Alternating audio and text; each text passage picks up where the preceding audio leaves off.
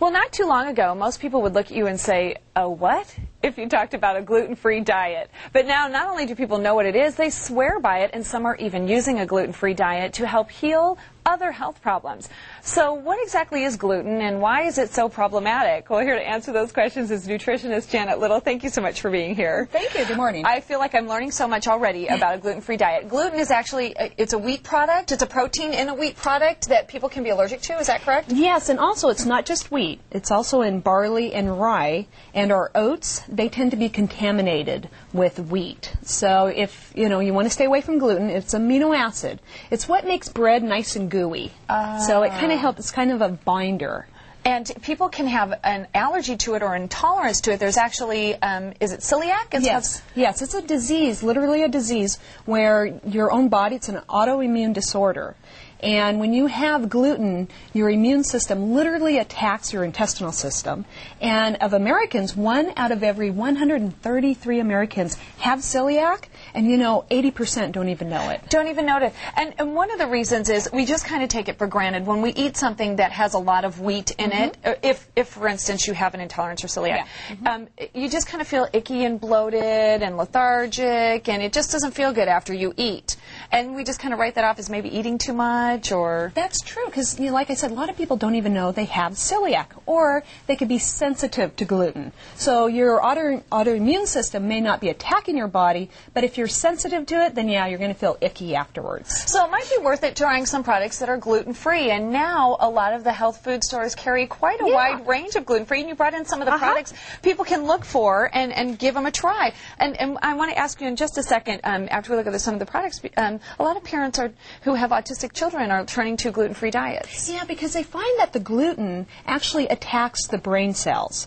And so autistic children that may be attention deficit or hyperactivity, they find improvement when they pull them off of a gluten diet. That's very interesting. Yeah. We are what we eat. Yeah. Okay, what are some of the items? We have choices. Oh, I have to start with this because I'm going to have to taste it.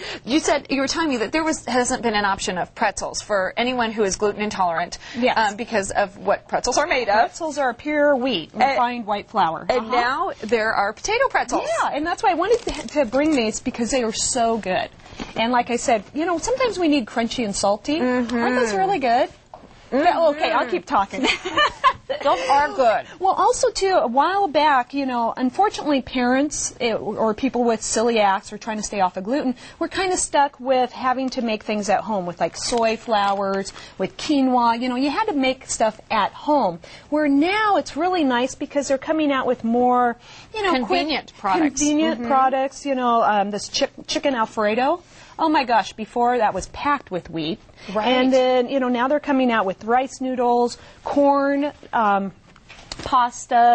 Now the texture has to be different, because if it's a binding protein, then this has probably got a completely different texture. It is a little different. Although the corn, I love to buy the corn pastas. Those, I feel, have a really good flavor to them. But you are right. It just, a little bit it takes to get used to. You have to get used to it, like anything else. Yes, Any change in your diet, you have to get used to it. And there's some even like soups. So if you're on the run, or you have to eat out and you can't drive through and get a cheeseburger. No, you can't. This is a nice option. Yes. And speaking of that, even restaurants now, some of the restaurants have a gluten-free menu.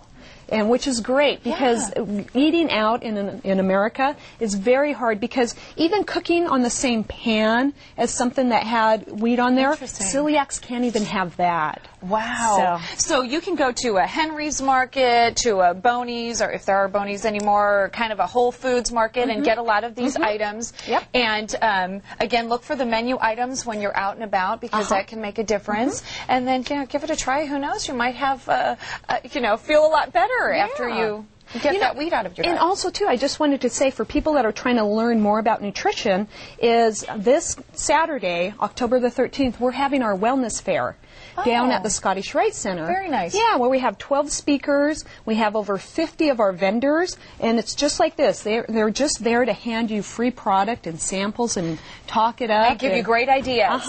Well, thank you so much. Hopefully everyone will be looking to a healthier future. And another option, a healthy, natural option to dealing with a problem like autism. I think that's fascinating. Yep. That it could be linked to what you eat. Okay, and of course, if you would like any more information, just log on to fox6.com. Coming up next, your couch potato code word of the day, and Terry is live at Fiesta del Rio in Imperial Beach with a look at today's events and your Fox 6 forecast. So stay with us.